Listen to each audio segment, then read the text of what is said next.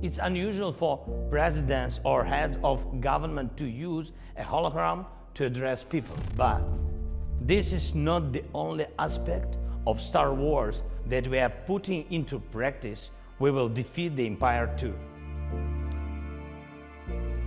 I think this is the first war in the developed world that is a smartphone war. When you think of the effectiveness of getting a message shared and the captive attention that you can get and the buzz you can generate, if that doesn't create some sort of empathy and an urgency to action, then I don't know what will.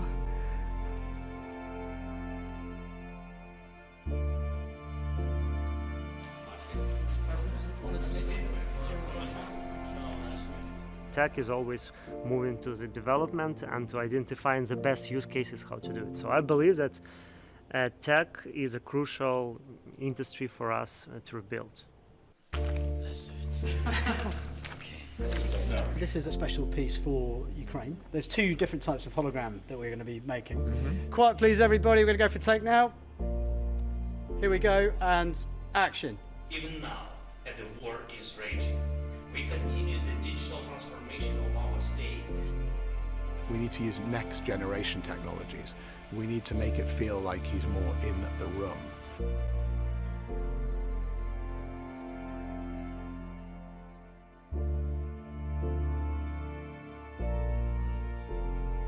I don't think that I ever seen this technology before.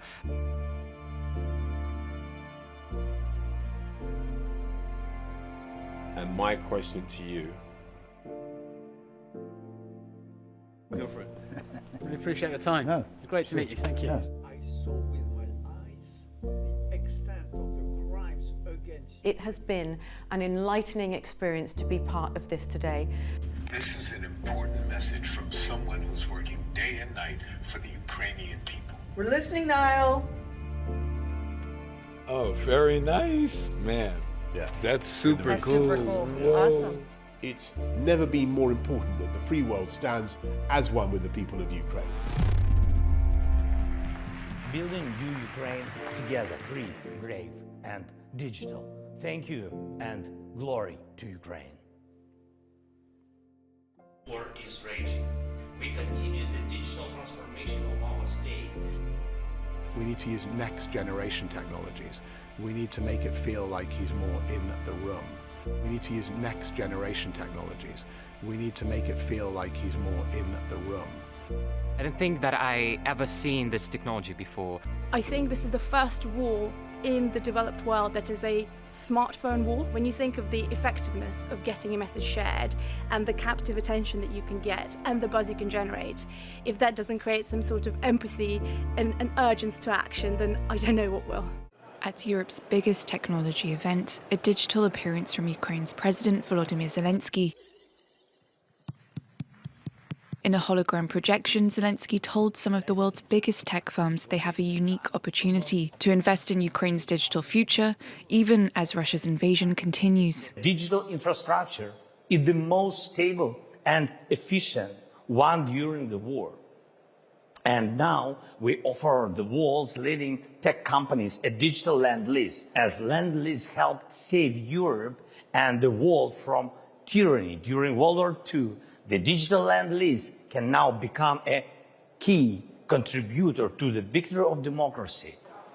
Referencing a policy used by the US during World War II, a Lend-Lease allows an allied country to offer aid without paying cash. On the agreement, a repayment would come in another form. His address at the Paris-based conference comes as Ukrainian tech startups are represented there for the first time, against the backdrop of Moscow's war. 14 Ukrainian companies are participating, continuing operations even after some were forced to flee. It's really hard to work when you're in the underground shelter. You don't have any access to Wi-Fi. Our key goal was to reach safe places and then to continue operations. Ukrainian tech companies are not going to do business in Ukraine right now. So they have to become global like this. And that's the beauty of tech, because tech is global. Zelensky said Kyiv would lay out a plan that would create a digital government at the Ukraine Recovery Conference in Switzerland in July. 100% cashless and paperless. 100% cashless and paperless. Hello, everyone. We are coming to you from across Europe. Listen to this lineup. Brilliant Minds in Stockholm, Vivatech, that's in Paris, The Next Web in Amsterdam, and from Founders Forum just outside London. We are also very excited to include Super Return in Berlin, London Tech Week, AI Summit, and Dublin Tech Summit. I'm Gail King at CBS News. I'm Amanda Holden, actress and TV host. I'm Ira Ariela Kai, tech founder, CEO, and proud British Ukrainian. Most of us are lucky to live stable and normal lives. But for my friends, my colleagues and collaborators in Ukraine, life has become an existential struggle. Everything they know has been turned upside down in just a few months. Thousands have lost their lives and many more have lost loved ones. Millions of people have been forced to flee their homes and escape their own country with nothing but the clothes on their backs and a few meager possessions. Oh, sorry. For those who cannot hear the president talk live, you're in luck. Technology, we've got it. And the social networks will ensure his words are just a click away. His holographic address will travel far and wide in augmented reality. With luck, the president's message will inspire the worldwide tech community into action in support of his cause. Technology has so many applications, but today we want to use it to its full potential. It truly is a united tech and creative community who want to rally behind this very important cause. And they are delighted, and delighted is a word here, to say they have the opportunity to do some real, tangible good right this second. We can take action by withdrawing technology from the Russian leadership, by building technologies that can help the Ukrainian war effort, by backing startups, by outsourcing development to a talented Ukrainian workforce, and by inspiring and motivating whoever we can to keep the message alive. Please welcome my hero, President Zelensky.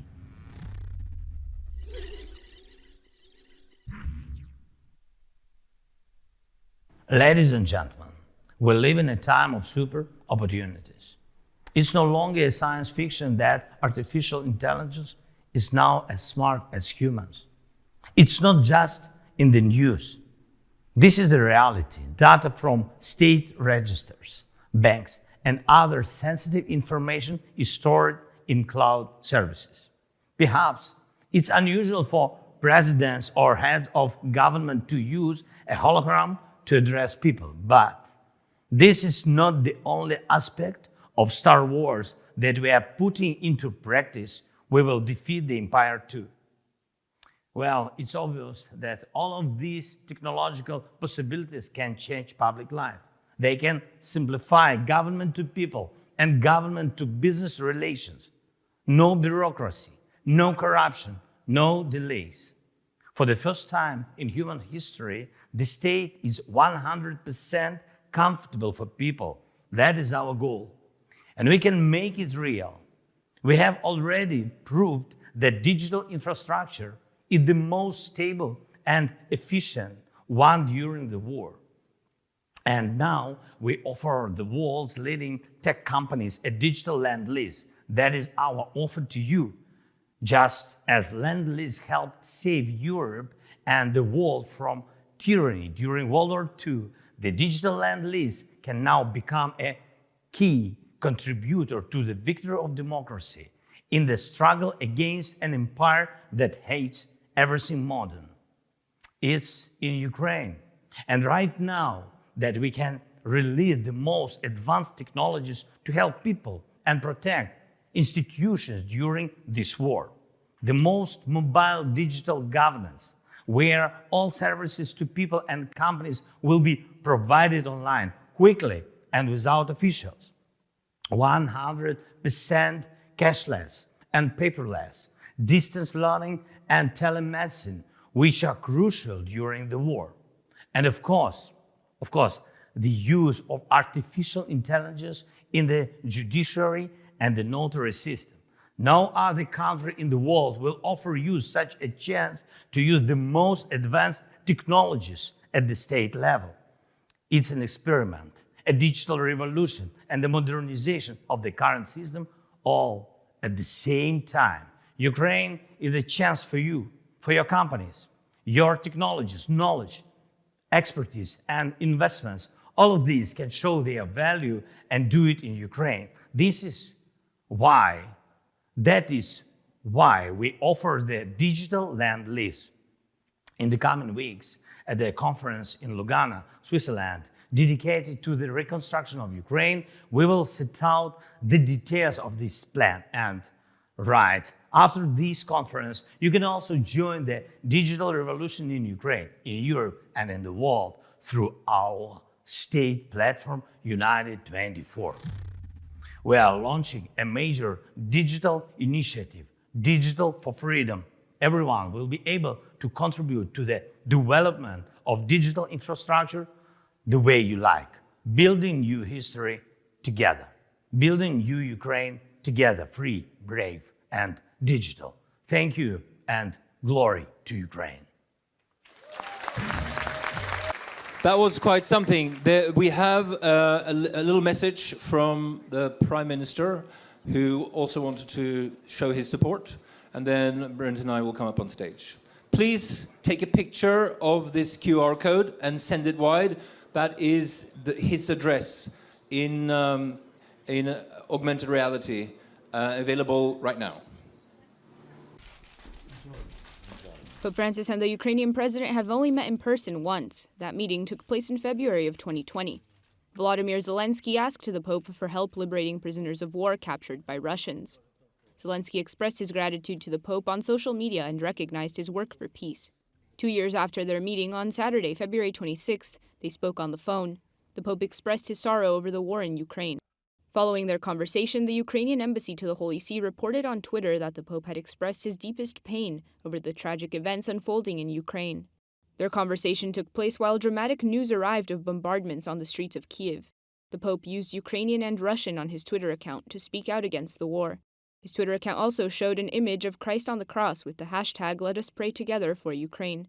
As with their previous meeting, President Zelensky tweeted his thanks for the Pope's prayers for peace in Ukraine and for a ceasefire. The people of Ukraine feel the spiritual support of His Holiness, he wrote.